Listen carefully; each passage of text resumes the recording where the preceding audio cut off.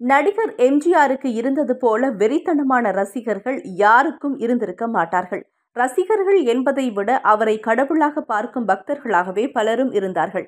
அவர்கள் எல்லோருமே ஏழைகள், ரிக்ஷா ஓட்டுபவர்கள், கூலி தொழிலாளிகள் மற்றும் மீனவர்களாக இருந்தார்கள். அதனால்தான் அவர்களுக்கும் பிடிக்கும்படி தனது திரைப்படங்களில் காட்சிகளை வைப்பார் எம்ஜிஆர். படகோட்டி மற்றும் மீனவ நண்பன் ஆகிய படங்களில் மீனவராகவே நடித்திருப்பார்.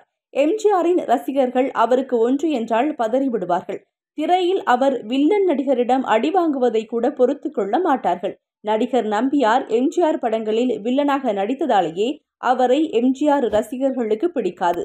எங்க வீட்டு பிள்ளை படத்தில் எம்ஜிஆரை நம்பியார் சவுக்கால் அடிப்பது போல காட்சி வரும். இந்த காட்சியை பார்த்துவிட்டு தியேட்டரில் ஒரு கும்பல் அப்படியே கிளம்பி நம்பியாரின் வீட்டுக்கு போய்விட்டார்கள். நம்பியார் எப்படி எங்களது தலைவரை அடிக்கலாம் என பெரிய பிரச்சனையை செய்து விட்டார்கள்.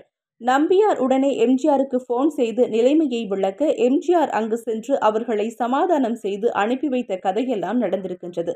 புதுச்சேரி மீனவ குப்பத்தில் எம்ஜிஆரின் வெறித்தனமான ரசிகர் ஒருவர் இருந்தார். தன்னுடைய திருமணத்தை எம்ஜிஆர் வந்து நடத்தி வைக்க வேண்டும் என அவர் தொடர்ந்து எம்ஜிஆரின் முகவரிக்கு கடிதம் எழுதினார். எம்ஜிஆர் ஒருமுறை புதுச்சேரி சென்றிருந்த போது அந்த இளைஞரை அழைத்து வரச் சொன்னார். ஆனால் தன்னுடைய திருமணத்தை எம்ஜிஆர் நடத்தி வைக்க வேண்டும் என்பதில் அந்த இளைஞர் உறுதியாக இருந்தார். அத்தோடு ஒரு வருடமாக தாடி வளர்த்திருந்தார். அவரின் வீடு இருக்கும் பகுதிக்கு சென்றால் ஜீப்பின் டயர்கள் மணலில் மாட்டிக்கொள்ளும் நிலை இருப்பதாக அதிகாரிகள் சொன்னார்கள். ஆனால் எம்ஜிஆர் அவன் என் ரசிகன், எத்தனை மாதம் திருமணம் செய்யாமல் எனக்காக காத்திருப்பான் என சொல்லி அங்கு போனார். ஜீப்பின் டயர் மணலில் சிக்கிக் கொண்டது. அங்கிருந்த மீனவர்கள் ஜீப்பை அலைக்காக தூக்கி வேறு இடத்தில் நிறுத்தினார்கள். எம்ஜிஆர் வந்திருப்பதை கேள்விப்பட்டு ஓடோடி வந்த அந்த ரசிகன் எம்ஜிஆரின் காலில் விழுந்து வணங்கினார். தாடியை எடுத்துவிட்டு 10 நிமிடத்தில் திருமணத்திற்கு தயாராகி வந்தார். அவரின் திருமணத்தை நடத்தி வைத்து மணமக்களை வாழ்த்திய எம்ஜிஆர் அன்பளிப்பும் கொடுத்துவிட்டு சென்றார்.